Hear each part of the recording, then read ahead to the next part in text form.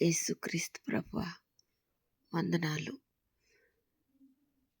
అయ్యా. ఈ వందనాలు అని బయలుపరిచిన విషయం అమలుపరచబడినట్లు ఆశీర్వదించుమయ్యా. వందనాన్ని అమలుపరచాలయ్యా. నీవే నడిపింపు దయచేయము. ఈ సమయమందు నీవిచ్చే ఈ ఆలోచనలు, ఈ తలంపులు, ఈ మాటలు ఎవరికి ఎక్కడ ఎలా పనిచేస్తాయో, ఎవరి హృదయాల్లో ఆలోచన కలిగిస్తాయో నాకు తెలియదయ్యా. నీవే నీ చిత్తంలో నాతో మాట్లాడించమని యేసు నామమున ఈ ప్రార్థన నీ సన్నిధిలో చేర్చుకొని ప్రతిఫలమును ప్రత్యుత్తరమును నీవే దయచేయుచుండగా పొందుకునే నడిపింపు ఇమ్మని వేడుకొంచున్నాను. ఆమేన్.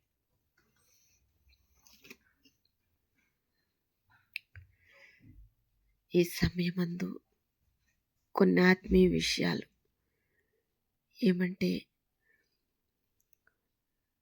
ఎన్నోసార్లు బయలుపరచబడుతూనే ఉన్నాయి. ఈ గుండ్రని స్థితి, తలముండ్ల కిరీట స్థితి అనే విషయం గురించి ఇప్పుడు ఎవరితోన్నా మాట్లాడినప్పుడు వారి కంటిలో ముందుగా కనపడే రూపం మాట్లాడేవారిదే. నేనెవరితోన్నా మాట్లాడుతుంటే నా రూపమే ఎదుటివారి కంటిలో కనపడుతుంది అనే విషయాన్ని ప్రతి ఒక్కరూ గ్రహించుకోవాలి. అప్పుడు వారితో కోపంగా మాట్లాడినా, ప్రేమతో మాట్లాడినా నాతో నేనే మాట్లాడుకుంటున్నాను, ఒక అద్దంలో చూసిన విధంగా నాతో నేనే మాట్లాడుకుంటున్నాననే గ్రహింపుతో ఉండాలి. కాబట్టి ఎవరితో నేరుగా ముఖం వైపు చూసి మాట్లాడే ధైర్యం చేయకూడదు. ఎందుకంటే వారు లోకస్తులో ఆత్మీయత కలిగిన వారో తెలియదు. కాబట్టి దేవుని రూపం కలిగిన వారు, దేవుని నడిపింపుతో నడుస్తున్నవారు, రక్షణ మార్గంలో నడుస్తున్న వారు ఎప్పుడు లోకం వైపు కానీ, ఎదురుగా వచ్చి మాట్లాడే లోకస్తుల వైపు కానీ చూసి మాట్లాడే ధైర్యం చేయకూడదు. అలా మాట్లాడుతున్నప్పుడు ఏ విధమైన ఆలోచనలు వస్తాయో, ఏ విధమైన తలంపులు వస్తాయో అనే గ్రహింపుతో దేవుని నడిపింపు కొరకు కళ్ళు మూసుకుని ప్రార్థించుకుంటూ ఆ ధ్యానంతోనే ఎవరితో అయినా మాట్లాడుకోగలగాలి. మరొక ముఖ్య విషయం, ఈ ముండ్ల కిరీటం అన్నాను కదా, ఇదిగోండి ఈ తలలో ఈ విధంగా తల చుట్టూ ఈ విధంగా చిందుతూ ఉంటుంది అన్నమాట. ఎప్పుడు ఒక ఆలోచన అనేది చుట్టూ వస్తూ ఉంటుంది మధ్య భాగం నుండి. కళ్ళు తెరిచిన వెంటనే, కళ్ళు మూసుకున్నప్పుడు మధ్య భాగాన్ని మూసివేసినట్టు, కళ్ళు ఎప్పుడైతే తెరుస్తారో అప్పుడు ఆ మధ్య భాగం పనిచేయటం వల్ల అది చివర్లకు ఆ కనురెప్ప చివరికి చేరటం వల్ల ఆ విధంగా మాట్లాడటం, చూసిన దృష్టిని బట్టి నాలుక పలకటం, ఇవన్నీ ఉంటాయి. ఎవరికి వారే శత్రువు అనే విషయానికి ఒక విషయం, కుడి చెయ్యి ఉన్న విధంగా ఎడమ చెయ్యి ఉండదు, ఎడమ చెయ్యి విధంగా కుడి చెయ్యి ఉండదు. ఎందుకంటే ఎడమ చేతి అరచేతి భాగం వచ్చినప్పుడు కుడి చేతికి అప్పుడు వెనుక భాగం ఉండాలి కదా, అరచేతి భాగమే ఉంటుంది. రెండు సమానత్వం అంటే రెండు అరచేతులు కలిస్తే సమానత్వం అని కాదు. ముందు ఈ చెయ్యి ఏ విధంగా ఉందో అదే రూపంలో ఆ చెయ్యి ఉంటే అది కదా సమానత్వం అంటే.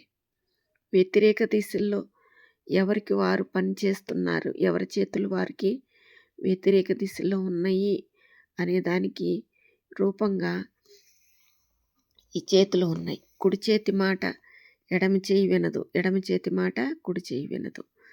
ఎవరి బాధ్యతలు వాళ్ళు నెరవేరుస్తూ ఉంటారు. ఒకరు ఆహారం దయచేస్తూ ఉంటే, ఒకరు చెరువు విడుదల చేసిన వాటిని శుభ్రపరుస్తూ ఉంటే, ఈ విధంగా ఎవరి చేతిని వారు, ఎవరి పనులను వారు, ఎవరి బాధ్యతలు వారు నెరవేరుస్తూ ఉంటారు. అలాగే ఒక చేతికి ఒక చెయ్యి సహకారంగా ఉండాలి. అంతేగాని కుడి చేతిని అంటుకోను అని ఎడమ చెయ్యి అనకూడదు, ఎడమ చేతిని అంటుకోను అని కుడి చెయ్యి అనకూడదు.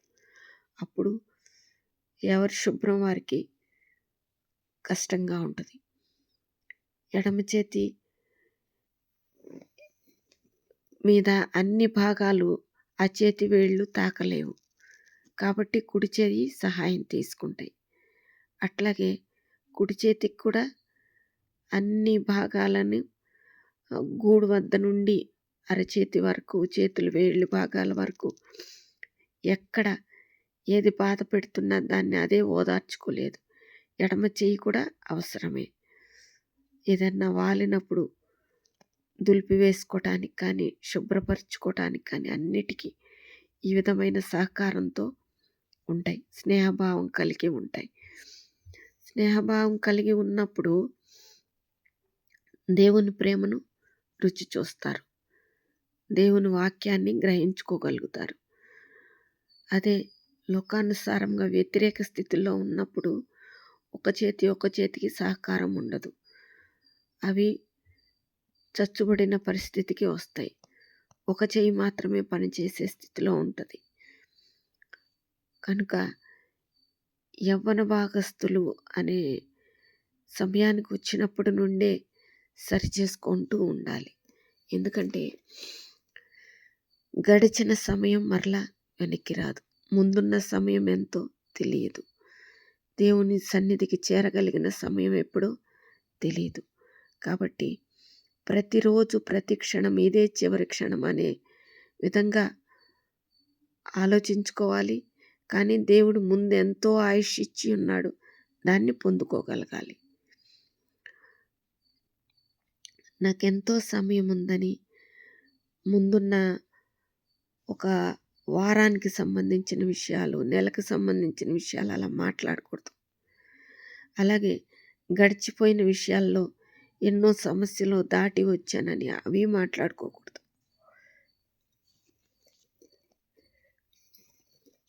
ఈ సమయంలో మాట్లాడగలుగుతున్నారు, నిలబడగలుగుతున్నారు, ఎవరి పనులు వారు చేసుకోగలుగుతున్నారు అంటే దేవునిచ్చిన ఆశీర్వాదం అని గ్రహించుకోగలగాలి. అయితే కుడి ఎడమలకు తొలగకుండా దేవుని మార్గాన్ని చూడగలగాలి. అవి రెండు పనిచేస్తూ ఉంటాయి, కానీ చూపు మాత్రం, దృష్టి మాత్రం ఎల్లప్పుడూ దేవుని వైపే కలిగి ఉండాలి. కాళ్ళు కూడా అంతే, పాదాలు కానీ అవన్నీ దానికి మాదిరిగానే రెండు కాళ్ళు కలిపి ఒకే మేకు కొట్టబడింది. అంటే ఏ కాలుకి